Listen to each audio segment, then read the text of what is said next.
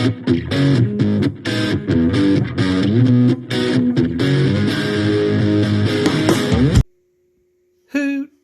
What's good, YouTube? It's your boy, Matt of Pig and Matt here, with a deck profile that I got top 4 in a remote online box tournament recently that my local was holding.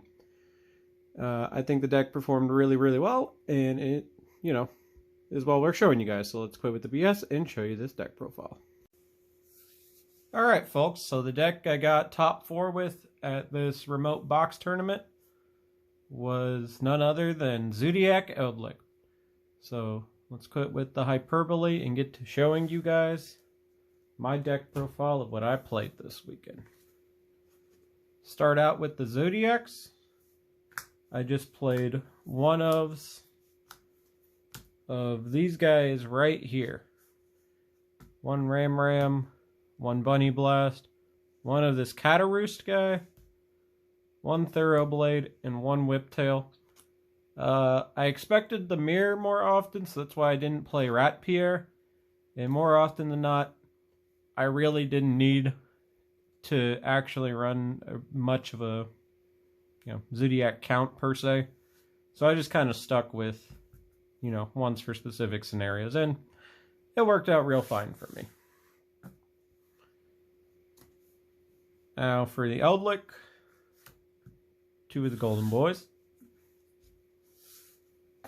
And then for the hand traps, triple Ash Blossom Joyous Springs, 3 Nibiru, and triple Artifact Lancia.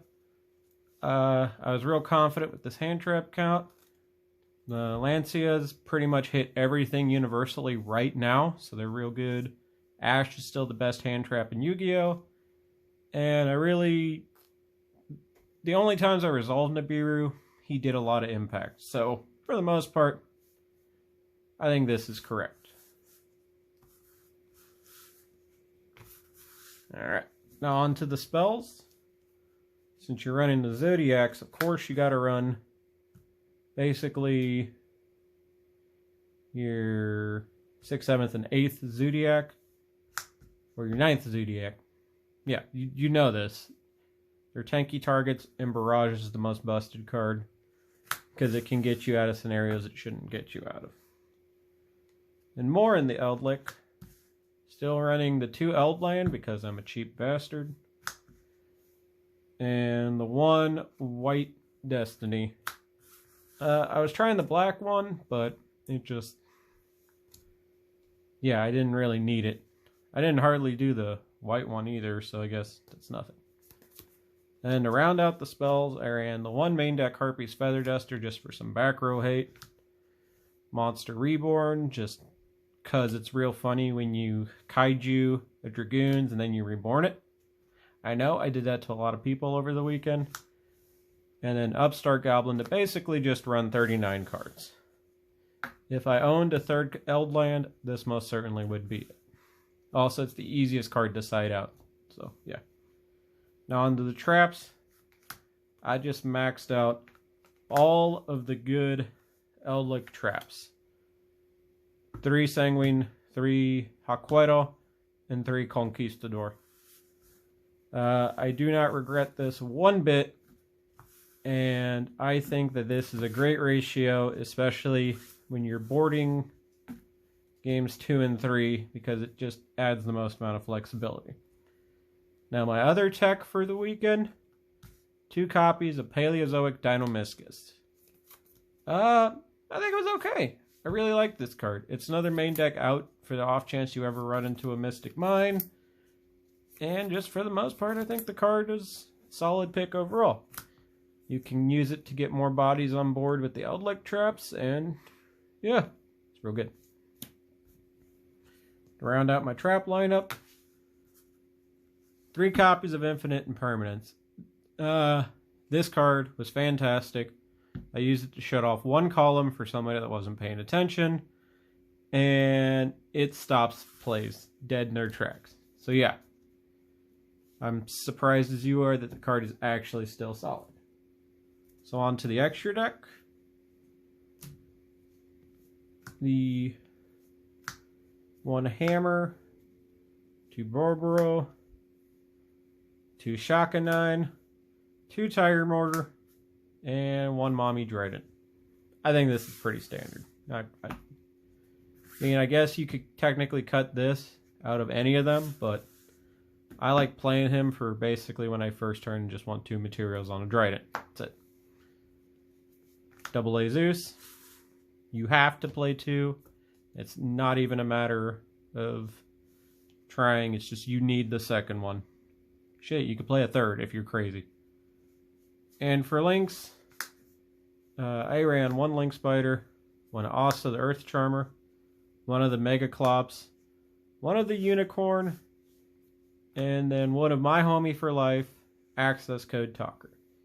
You will use every single card in your extra deck at some point.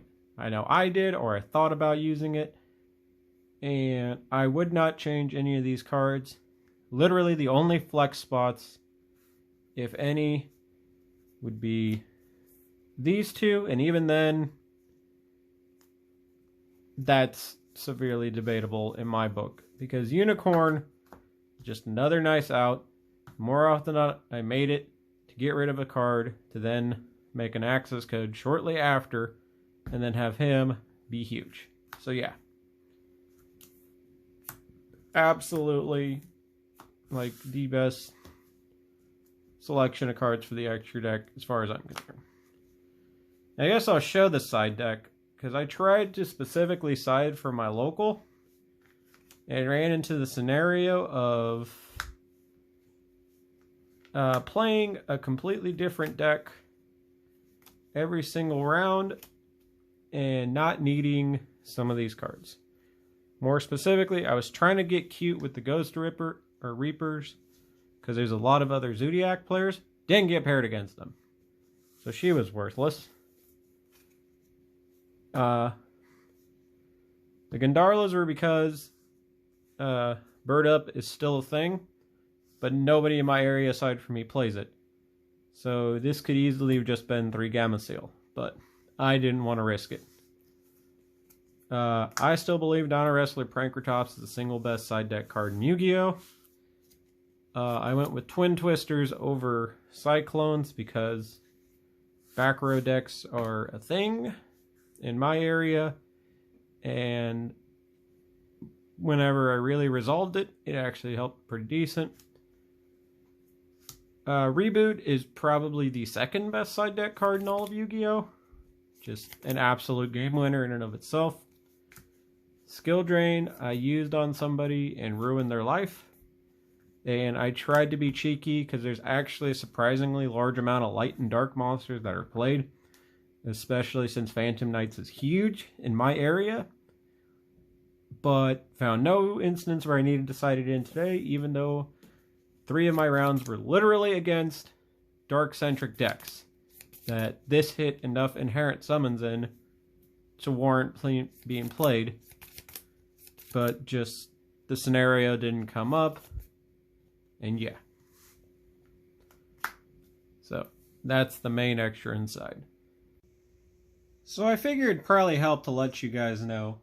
So at this remote tournament, the decks I played against were Infernoid, Danger Orchest, a technical error on the part of the server messing up, my opponent needing to drop, Buster Blader deck, which if you've seen the Wise Guys channels, you know exactly what I'm talking about, and if you don't know, I'm not telling you because it's something that you need to go in blind. And in top 4, basically we decided to split, but at least play 1 round to determine who got the better end of the split. And I lost to Dinos in top 4, which was not very fun, but, you know, that's just the way the cookie crumbles sometime. And at the end of the day, I still get packs. So, yeah. That was everything I played against. And the only things I lost to were, like I said before, Dinosaurs and Buster Blader. Some final notes I'd like to say is that if you're going to remote duel, I very much or advise that you invest in a good webcam and make sure that your connection is solid, like very solid, because doing this over your phone, you will run into a lot of scenarios like I did today, where I literally had to stop trying to use my phone as a webcam and then play off of it and then have to awkwardly look at this small screen.